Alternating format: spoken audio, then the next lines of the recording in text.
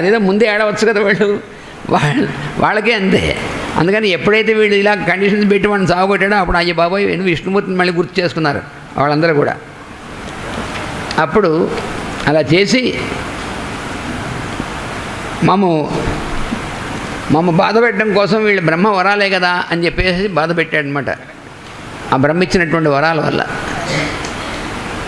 ఇప్పుడు ఈ ఆశ్రమం అధిపతి అయినటువంటి స్వామీజీ వారికి ఒకసారి మనం చిన్న ఎందుకంటే వారి చక్కగా మనకి ఇవన్నీ ఏర్పాటు చేసి ఇచ్చినందుకు, అంటే మీరు ఎక్కడ కదలద్దు, ఎవరు మాట్లాడద్దు, ఒక 5 నిమిషాలు ఆయనకి మనం వస్త్ర సన్మానం అది చేసి మళ్ళీ ఆయన బయటకు ఆలయానికి వెళ్ళిపోతారు కాబట్టి చేసి మళ్ళీ మనం ఇది కొనసాగిస్తాం.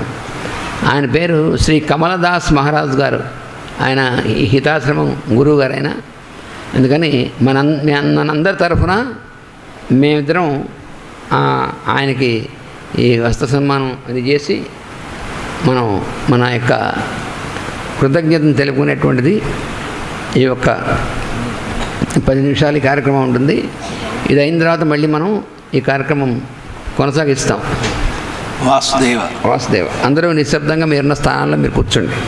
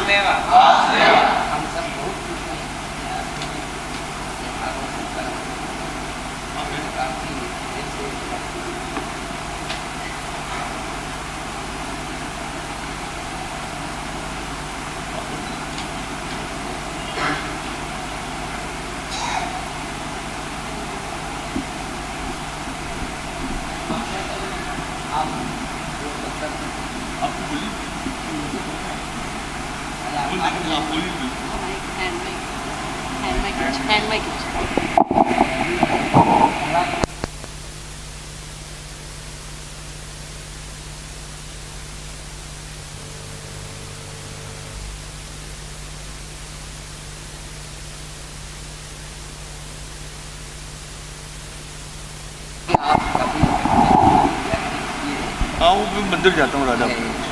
ये पहले आप आशीर्वाद दे लीजिए सब।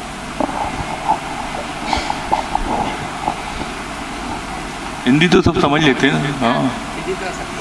अच्छा ठीक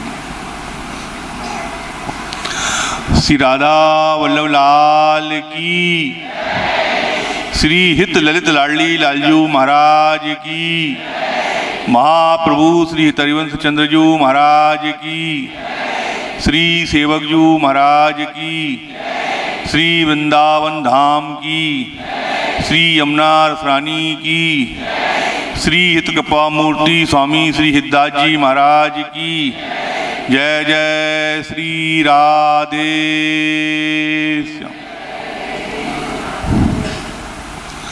परम आदरणीय श्री स्वामी जी महाराज, समुपस्थित सब वैष्णवजन, भक्तजन, भक्तिमती माताओं, बहनों, भाइयों, आप सबके चरणों में इस दास का साष्टांग दंडवत प्रणाम स्वीकार हो। अत्यंत ही आह्लाद का विषय है कि आप विगत 7-8 दिनों से निरंतर इस भागवत रससुधा का पान कर रहे हैं और जिस स्थान पे आप इस भागवत रससुधा का पान कर रहे हैं, यह स्थान हमारे दादा गुरु जिनका यहाँ विग्रह है, आप देखते होंगे बाएं हाथ पे, ये मेरे दादा गुरु हैं, गुरु के गुरु, दादा गुरु। उनने इस आश्रम की स्थापना 1955 में की थी और इसका नाम रखा था हित आश्रम। हित आश्रम सत्संग भूमि, यहाँ निरंतर सत्संग होता रहे इसलिए इसको सत्संग भूमि रखा था। और हित का मतलब जिसमें सबका हित हो, और लगातार उनकी कृपा से ये कार्य अनवरत चल रहा है। आप लोग आए यहाँ पे, हमारा भी भाग्य है, और आप सब लोग पे भी राधा रानी की इतनी कृपा है कि भागवत तो आपको सुनने को अन्यत्र भी मिल जाएगी, लेकिन भागवत को सुनना वृंदावन में, ये इससे इसका महत्व तो अनंत गुना बढ़ जाता है। और मैं बराबर देख रहा हूँ कि आप लोग बड़े ध्यानपूर्वक सत्संग में पूर्ण मनोयोग से सुनते हैं। आपका मन जो है बराबर सुबह शाम बराबर देखता हूँ, तो बड़ी अत्यंत खुशी की बात है। मैं आप सबका बार बार अभिनंदन करता हूँ। आपको हिताश्रम में सुख मिला, स्वामी जी बराबर बता रहे हैं कि हमारे को बड़ा अच्छा लगा। ये मेरे दादा गुरु की कृपा है। और यदि कोई परेशानी हुई या कुछ कष्ट हुआ तो इसमें मेरी त्रुटि है, मैं क्षमा चाहता हूँ इसके लिए। और हमारे यहाँ वाणी गान होता है संप्रदाय में, हमारे यहाँ की वाणियाँ हैं, उसमें हमारे यहाँ एक धोदास जी महाराज हुए हैं, उनने बड़ी अच्छी बात की, मैं अन्यत्र भी कई बार कहता हूँ, और बड़ी उपयोगी है ये, और साधकों की दृष्टि से, भजन करने वालों की दृष्टि के लिए, और वृंदावन धाम की निष्ठा वालों के लिए भी बहुत अच्छी है। वो आपको मैं सुना देता हूँ। तो वो दोहे, उसमें सब सार गर्भित बात है, और अर्थ भी मैं बता दूंगा। वैसे क्लिष्ट भी नहीं है, अर्थ कठिन नहीं है, समझ में भी आने वाली चीज़ है। बार बार तो बनत नहीं यह संयोग अनूप, मानुष तन वृंदा विपिन रसिकन संग विभिरूप। बार बार तो ये संयोग बनता नहीं। क्या क्या चीज़ नहीं बनती है? मनुष्य का तन, फिर दूसरी चीज़ वृंदावन, मानुष तन वृंदावन, और रसकों का संग, रसिक मतलब ये भक्त समुदाय, और विवि रूप मतलब प्रिया प्रीतम ललित लाडली लाल जी महाराज का दर्शन कर रहे हैं, राधा वल्लभ जी, बिहारी जी।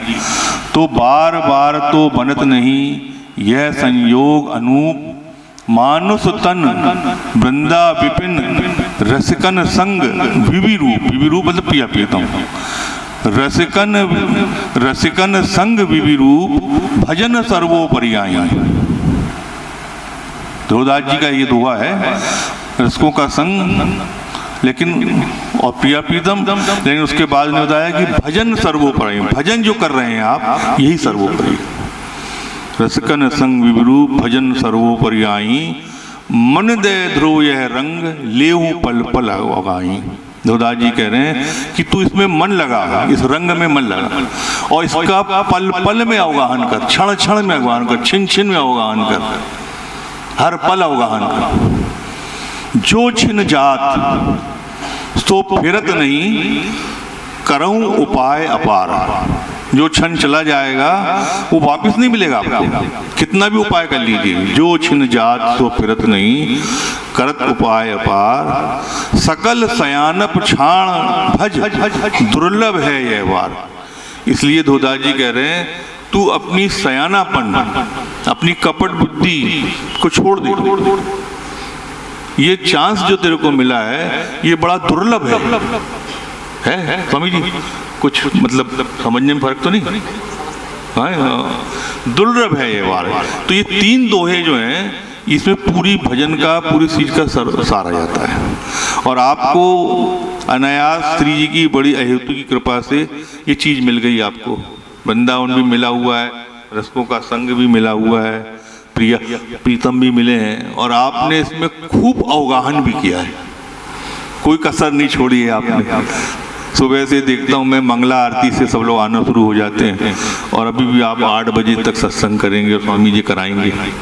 तो आपको बहुत अच्छा है, मैं आपको बहुत बहुत धन्यवाद देता हूँ। और मैं तो चाहता हूँ कि इसी तरीके से आप लोग साल में एक बार नियम भी बना लें कि वृंदावन में जो है बहुत खुशी की बात होगी।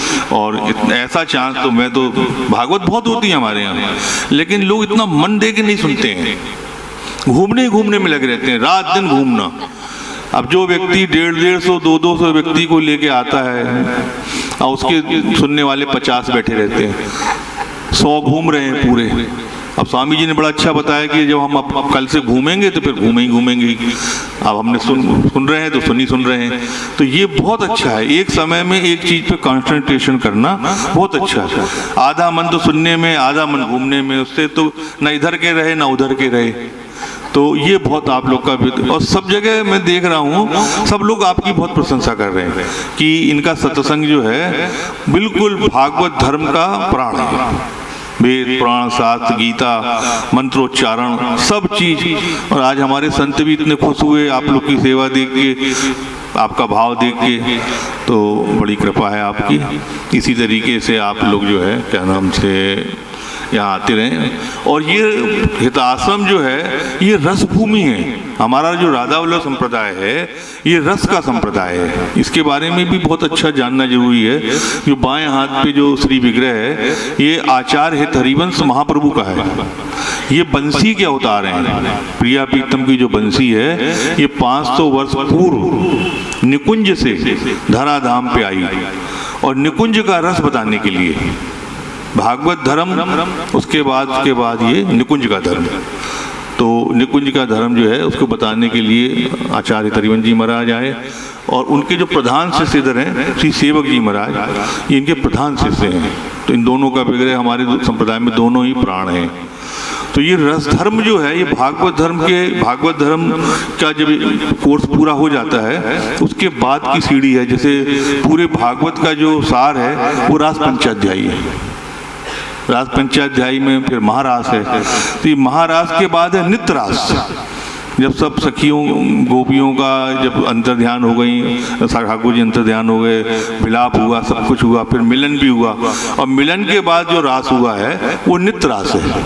फिर उसके अंदर प्रसंग नहीं हुआ विरह का, फिर नित्य रास है। वही नित्य रास जो है इस वृंदावन में अनवरत हो रहा है।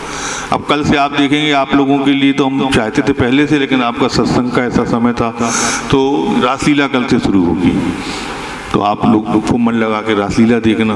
यहाँ पे मंच बनाया हुआ है और हमने तो बड़ा अच्छा प्रयोग किया है कि वृंदावन के अंदर हित आश्रम में नित्य रास हो, पूरे साल भर रास चले शाम की टाइम। तो अभी काफ़ी कुछ हमने उसका 6 महीने तक रास का प्रावधान बन गया है। धीरे धीरे बढ़ता जाएगा। तो बाहर से आप लोग आते हैं उनको भी देखने को मिलेगा और उसका खूब, क्योंकि रास भी लुप्त होता जा रहा है। अब मंडलियाँ टूटती जा रही हैं क्योंकि ये युग ही ऐसा हो गया है। अब टीवी का युग हो गया है, इसमें लोग रुचि कम रखते हैं। तो कल से आप रासलीला भी देखिए और खूब आनंद लीजिए और स्वामी जी के प्रवचन को। जय जय श्री राधे। वासुदेवा वासुदेवा वासुदेवा वासुदेवा, बड़ी कृपा है।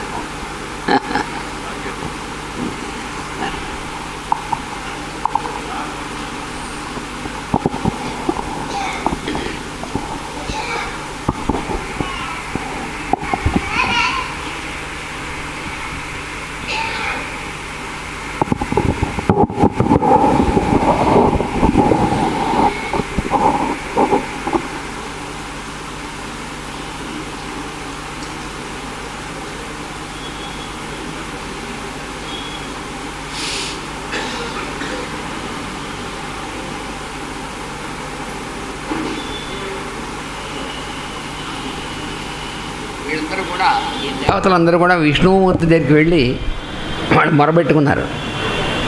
మొరబెట్టుకుంటే అప్పుడు విష్ణుమూర్తి వాడికి కనిపించకుండా కంఠధ్వని మాత్రం వినిపించేట్టుగా చెప్పాట దేవతలకి. అదొక విచిత్రం. ఆయన ఎందుకు దేవతలకి కూడా ఆయన అలా విష్ణుమూర్తి అలా కనిపించకుండా ఉన్నాడు అంటే ఇది ఒక విచిత్రమైనటువంటిది అనమాట. కంఠధ్వని మాత్రం వినిపించి చెప్పాడు, మీరెవరు భయపడద్దు, సర్వజీవులకు శుభం కలుగును, అంతేకాని మీకు మాత్రమే శుభం కలుగును అనలే విష్ణువు. విష్ణువు ఏమన్నాడంటే సర్వజీవులకు శుభం కలుగును, జీవులకు జయము లాభం ప్రాప్తించును, నన్ను దర్శించినట్టు సమయం ఆసన్నము కాగలదు.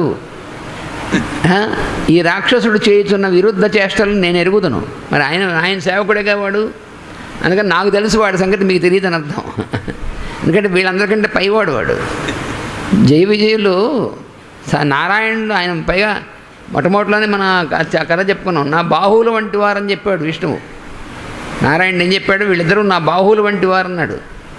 మీరే నాకు అతిథులు, మీరు దూరంగా ఉన్నవాడు, వీడు నా దగ్గరగా ఉన్నవాడు, నా శరీరంలో భాగం అన్నాడు. అందుకని వీళ్ళందరికంటే పై, అందుకని చెప్తున్నాడు ఈ రాక్షసుడు చేస్తున్న చేష్టలను నేను ఎరుగుతును. అంటే నేనంటే అంతర్యామిగా ఉన్న నాకు తెలుసు, కానీ మీరు మీ పదవుల గురించి ఆలోచించుకోండి, నేను ఇంద్రుడిని, నేను అదే, మీకు అందుకని తెలియదు అన్నాడు. అని కాలం కూడి వచ్చినంతనే వాడిని చంపేదను, వాడిని ఎప్పుడు చంపాలో నాకు తెలుసు, మా టైం టేబుల్ మాకుందన్నాడు. ఎందుకంటే వాళ్ళు ఆ శాపాలు పొంది వెళ్ళారు, వెళ్ళిన తర్వాత వాళ్ళు ఎన్నాళ్ళు ఎలా ఉండాలనేటువంటిది దాన్ని బట్టి నా ఉంటుంది. అంతేగాని మీరు ఇప్పుడు వచ్చేసారు కదా దేవతలు అని చెప్పి మీరు వెంటనే వాడిని చంపేసి మిమ్మల్ని చేస్తా అనుకోకుండా అర్థం అనమాట. ఎందుకంటే ఈ లోపల మీరు తనని తినడం కూడా సిలబస్లో భాగమే దాని ఉద్దేశం.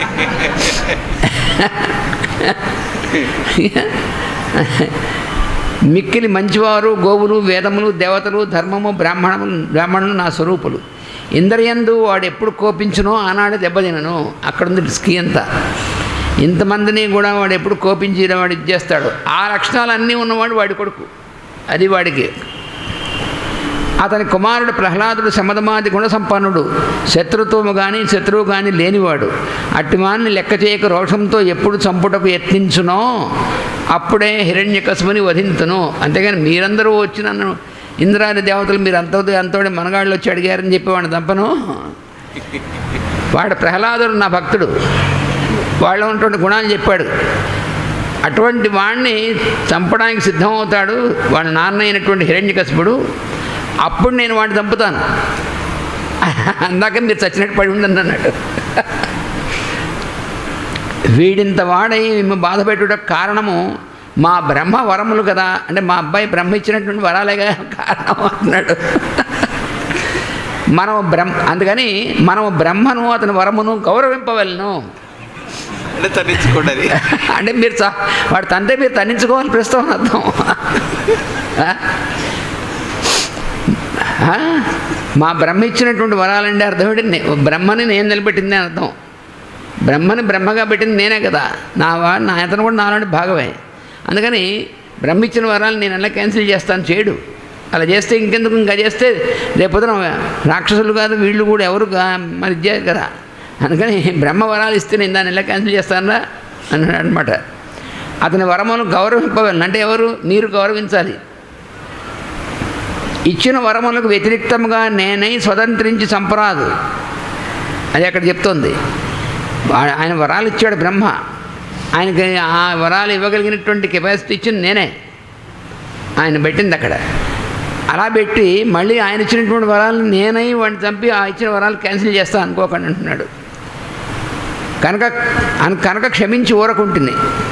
ఇటుపైన దీన్ని ఎట్లు సాధింపవలనో నేనే నిర్ణయించును, మీరు సందేహింపక వెడలిపోండు, తిరిగిపోండి మీ దగ్గరికి అన్నాడు. అంటే సనక సనందనాథులుగా వాళ్ళతో ఎలా మాట్లాడాడు, ఇప్పుడు దేవతలతో కూడా అలాగే మాట్లాడాడు. వాళ్ళు ఇచ్చిన శాపాన్ని కూడా క్యాన్సిల్ చేయలేదు. సనక సనందనాథులు వాళ్ళు శాపం ఇచ్చారు నా జయ విద్యలకి. మళ్ళీ తర్వాత తెలుసుకుని అయ్యయ్యో అని భయపడి శాపాన్ని క్యాన్సిల్ చేసేయమన్నారు. అందుకని వాళ్ళ వల్ల కాదు క్యాన్సిల్ చేయడం. అందుకని మా శాపాలను ఇప్పుడు నువ్వే క్యాన్సిల్ చేశాను. అమ్మమ్మ మీ అంతటి వాళ్ళు శాపం ఇస్తే క్యాన్సిల్ చేయకూడదు అన్నాడు.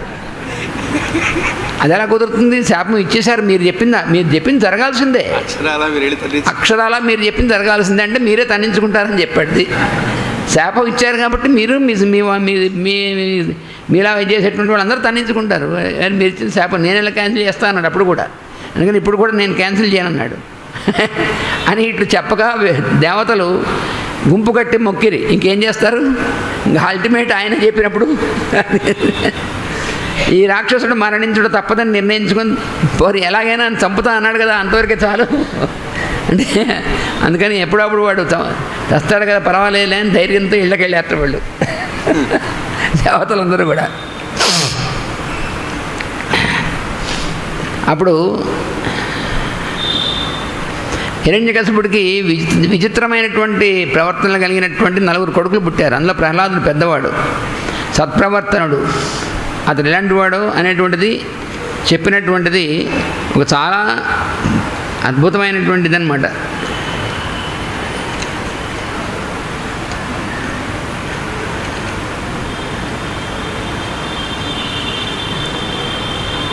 ఈ పద్యం ఇదే మనకి మాస్టర్ గారు, లక్ష్మణితంద్ గారు, తాతగారు, రామకోటయ్య గారు వాళ్ళందరూ కూడా నిత్యం చదువుకోని ప్రహ్లాదుడి గురించినటువంటి పద్యాలని చదువుకుంటే మనలో ఉన్నటువంటి దుర్లక్షణాలు పోయి మన సర్లక్షణాలు నిండి దుర్లక్షణాలు పోతాయని చెప్పారనమాట. అటువంటి పద్యం ఇది. తనయందు అఖిల భూతములందు నొక భంగి సమహితత్వంబు జరుగువాడు. అంటే ఏమిటి? వాడి గురించి చెప్తున్నాడు అనమాట. ఎలాంటి వాడంటే తనయందు మిగిలిన జీవరాశులందును అతనికి ఒకే విధమైనటువంటి సమదృష్టి. అంటే తనయందు ఎవరైతే తనయందు తాను ఎటువంటి దృష్టి ఉంటుందో అటువంటి దృష్టి అన్ని జీవులందు ఉన్నటువంటి వాడు సమమైనటువంటి హితత్వం కలిగినటువంటి వాడు అన్నమాట. పెద్దల బొడగన్న భృత్యుని కైవడి చేరి నమస్కృతులు చేయువాడు. పెద్దలైనటువంటి వాళ్ళు కనబడితే వాళ్ళకి భృత్యుడు అంటే సేవకుడు. సేవకుడు ఎలా అయితే తన అధిపతి అయినటువంటి తన దీనికి ఓనర్కి అయినటువంటి వాడికి మాటిమాటికి నమస్కారాలు చేస్తాడో అలాగా పెద్దలు కనబడితే ఆ పెద్దలందరికీ నిత్యం వంగి వంగి నమస్కారాలు, అంటే దొంగ నమస్కారాలు కాదు, హృదయంతో పూర్తిగా సమర్పణ చెంది నమస్కారం. అంటే వాళ్ళందరిలో విష్ణువునే చూస్తాడు, వాడు ఇంకో అది లేదు. అది చెప్తున్నాను అనమాట. పెద్దలను సూచనతో దాసుని వలె సమీపించి నమస్కరించును. అలాగే కన్నుదోయికి అన్యకాంతలడ్డమైన మాతృభావము చేసి మరలువాడు. కళ్ళకి కంటి ఎదుట పరస్త్రీలు కనిపించినచో తల్లులుగా భావించి తొలగిపోవును. ఇదేమిటండి? వాడికేమో 5 ఏళ్ళు అయినటువంటి వాడికి పరస్త్రీ అనేటువంటి భావన ఎలా తెలుస్తుంది అని మనకు సందేహం వస్తుంది. అని పిచ్చి సందేహాలు వస్తాయని మాస్టర్ గారు కింద ఇచ్చారు మనకి. అందుకని మనం రక్షిస్తారు మాస్టర్ గారు. అప్పటికి ప్రహ్లాదునకు 5వ సంవత్సరం వయస్సు. ఆ వయస్సులో పరస్త్రీలు తల్లులుగా భావించునని వర్ణించడం హాస్యాస్పదమని కొందరు విమర్శకులు నవ్విరి. కానీ ఈ పద్యము వర్ణింపబడినది ప్రహ్లాదుని స్వభావము తప్ప అప్పుడున్న వయస్సును బట్టి కాదు. ప్రహ్లాదుడు లైఫ్ అంతా గురించి చెప్పినటువంటి పద్యం, కానీ వాడు 5 ఏళ్ల వాడుగా ఉన్నప్పుడు అలా ఉన్నాడనేటువంటిది అర్థం కాదు. ప్రహ్లాదుడు ఎట్టివాడో వివరింపబడినది కనుక పై విమర్శ దీనికి వర్తింపదు అన్నారు. అంటే ఈ విమర్శకులు అనేటువంటి వాళ్ళు చాలామంది ఏడుస్తుంటారు ఎప్పుడు, నువ్వు వాళ్ళు అక్కలేనివన్నీ, అంటే వాళ్ళకి ఇది అర్థం కాదనమాట. తప్పులు పట్టేటువంటి వాళ్ళు విమర్శకులు అంటే. అందుకని మాస్టర్ ఎప్పుడు అది కరెక్ట్గా చెప్తారన్నమాట. తల్లిదండ్రుల భంగి ధర్మవత్సతలను దీనులగాన చింతించువాడు. దీనులైనటువంటి వాళ్ళు ఎవరైతే ఉంటారో వాళ్ళని తన తల్లిదండ్రులాగా భావించి వాళ్ళని సేవిస్తూ ఉంటాడు. సఖులయడ సోదర స్థితి జరుపువాడు. స్నేహితులైనటువంటి వాళ్ళందరినీ సోదర భావంతో వాళ్ళని ప్రవర్తిస్తూ ఉంటాడు. దైవతములందు గురువుల దలచువాడు. ఇంకా ఏమిటంటే గురువులను దైవతముగా భావిస్తూ ఉంటాడు. గురువుల్ని భగవంతుడుగానే భావిస్తాడు, వేరే ఇంకో ఇది ఉండదు. ఇంకా లీలయందును బొంకులు లేనివాడు. ఆటల్లో కూడా పొరపాటును కూడా అసత్యం పలకడం అనేటువంటిది లేనటువంటి వాడు. సరదాగా ఆటల్లో అసత్యం పలుకుతాం, ఆటల్లో కాదు, స్వప్నంలో కాదు, దేంట్లో కూడా అసత్యవాదం అటువంటి అసలు లేనటువంటి వాడు. లలిత మర్యాదుడైన ప్రహ్లాదుడధిప. అంటే లలిత మర్యాదుడు అంటే అర్థం ఏంటంటే ప్రవర్తనమే ఆయన సౌందర్యము. ఆయన యొక్క సౌందర్యం ఏమిటంటే ఆయన ప్రవర్తనమే.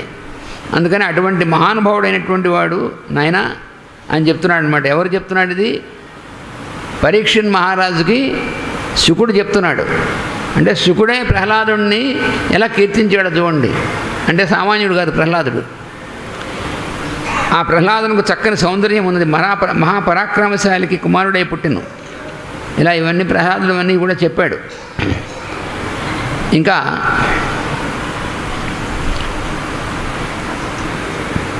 సద్గుణములెల్ల సంఘంబులై వచ్చి అసురరాజ తనయునందు నిలిచి పాసి చనువు విష్ణుబాయని విధమున నేడు దగిలియుండు నిర్మలాత్మ. అలాంటి వాడు ఇంకా ఇంకేమిటంటే నిత్యము కూడా వాడు ఏ పని చేస్తున్నప్పటికీ ఎలా ఉంటాడు అనేటువంటిది కూడా చెప్తున్నాడు. ఏమిటంటే శ్రీవల్లభుడు తన్ను చేరియట్లైన చిలికాండ్రనెవ్వరిని చేరమరచు అసురారి తనమ్రోల నాడినట్లయిన అసురబాళ్ళతోడ నాడమరగు. వాడు రాక్షసులు వాళ్ళందరూ కూడా వాళ్ళ పిల్లలతో వీడు ఆడుకుంటూ ఉంటాడు కదా, కానీ వీడు ఆడుకుంటుంది వాళ్ళతో అనుకోవట్లేదు, ఆ శ్రీహరి రూపాలతో ఉన్నాడు, ఆయనతోనే ఆడుకుంటున్నాను అనేటువంటి ఊరికని అనుకోవడం కాదు, ఆ ఎక్స్పీరియన్స్లో ఉంటాడు వాడు ఎప్పుడు. అంటే వాడు ఎవరితో మాట్లాడినా ఆడుకున్నా ఏం చేసినా కూడా అది భగవంతుడు తప్ప ఇంక వేరుతో కాదని. భక్తవత్సలుడు సంభాషించినట్లయిన పరభాషలకు మారు పలుకమరచు సురవన్యుడనలోన జూచినట్లయిన చొక్కి సమస్తంబు చూడమరగు. హరి పదాంభోజయుగము చింతనామృతమున అంతరంగంబు నిండినట్లయిన అతడు నిత్య పరిపూర్ణడగుచు అన్నియును మరచి జడతలేకయుండు జడుని భంగి అంటున్నాడు అనమాట. ఇంకా పానీయంబులు ద్రావుచున్ గుడుచుచున్ భాషించుచున్ హాసలీలా నిద్రాదులు చేయుచున్ దిరుగుచున్ లక్షించుచున్ సంతత శ్రీనారాయణ పాదపద్మయుగళి చింతామృతాస్వాద సంధానుండై మరచన్ సురారిసుటుడు ఏతద్విశ్వమున్ భూవరా. ఇవన్నీ కూడా చాలా మనం ధ్యానం చేసుకోవాల్సిన శ్లోకాలు.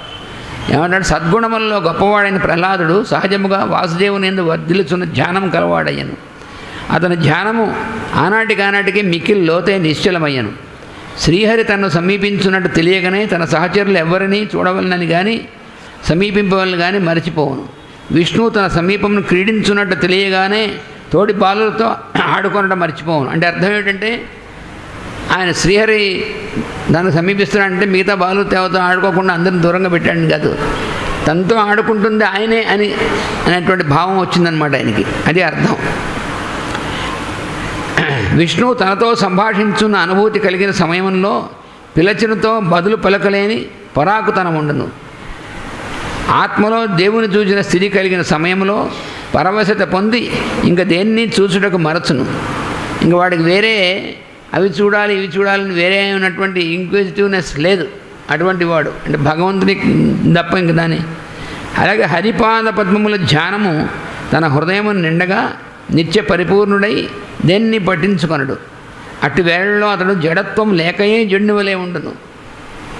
చాలా విచిత్రమైనటువంటి ఇదన్నమాట ఇది. అలాగే క్రమముగా అన్నపానీయములు స్వీకరించున్నప్పుడు, సంభాషణలు చేయుచున్నప్పుడు, ఎవరితో అయినా నవ్వుచున్నప్పుడు, తిరుగుతున్నప్పుడు, చూచుచున్నప్పుడు అట్లే నిలబడిపోవును. రాను రాను శ్రీమన్నారాయణుని పాదపద్మములను ధ్యానించుట అను అమృతానుభూతిలో ప్రవేశించినప్పుడెల్లా అతడు నిలబడిపోవును. క్రమముగా నిద్రా సమయంలో కూడా నిద్రకు బదులు ధ్యానమే నుండెను. అలాంటి స్థితిలో పొందినటువంటి వాడు అనమాట వాడు పరమభాగవతోత్తముడు.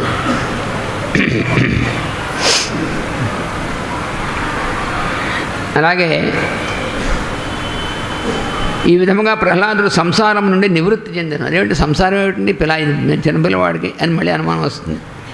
ఆయనను పెద్దలు జ్ఞానులు అనువారికి విధేయుడై వర్తించుండును.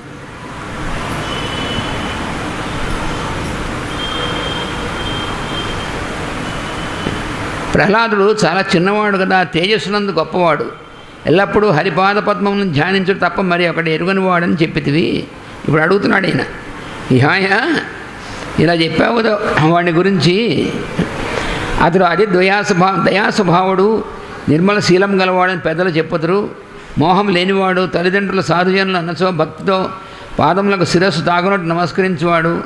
అట్టి వాణ్ణి తండ్రియే వధింపమని ఆజ్ఞాపించను అని ఎట్లా జరిగిందని అడిగాడనమాట. అలాంటి వాడిని వధించమని సొంత తండ్రి ఇలా చెప్తాడు, అలా ఎందుకు చెప్పడం అయింది అని మళ్ళీ అడిగాడు సుఖయోగేంద్రుడిని పరీక్షిత్తు.